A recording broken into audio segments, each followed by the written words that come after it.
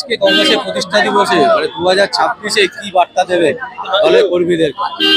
141তম মুখে আমরা দাঁড়ালাম। আমার এতটুকুই মনে হয়,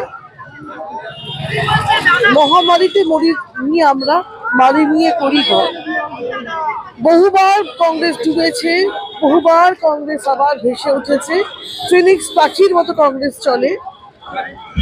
খারাপ সময় আসবে, খারাপ সময়ে যাবে, কিন্তু কংগ্রেস মানুষের পাশে চিরদিন আছে, ছিল, থাকবে।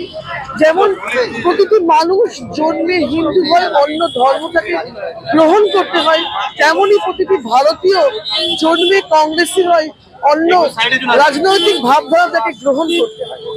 কংগ্রেস মানুষের পাশে ছিল। যে দেশ সেফটিপিন তৈরি করতে পারত না, সেই দেশকে পরমাণু বিদ্যুৎ শক্তিধর করে তুলেছিল কংগ্রেস আবার সেই স্বমহিমায় নিশ্চয়ই একদিন আজকের এই উগ্র জাতীয়তাবাদকে হারিয়ে ভারতবর্ষের যে অ্যাসিমিলেশন নট অ্যাডাপশনের যে শিক্ষা, সেই শিক্ষায় আবার করে মানুষের কাছে কংগ্রেস নিশ্চয়ই গ্রহণযোগ্য হবে এবং কংগ্রেস ফিরে যাবে। এই বার্তা দিয়ে আমি আমার আজকের বক্তব্য শেষ করছি।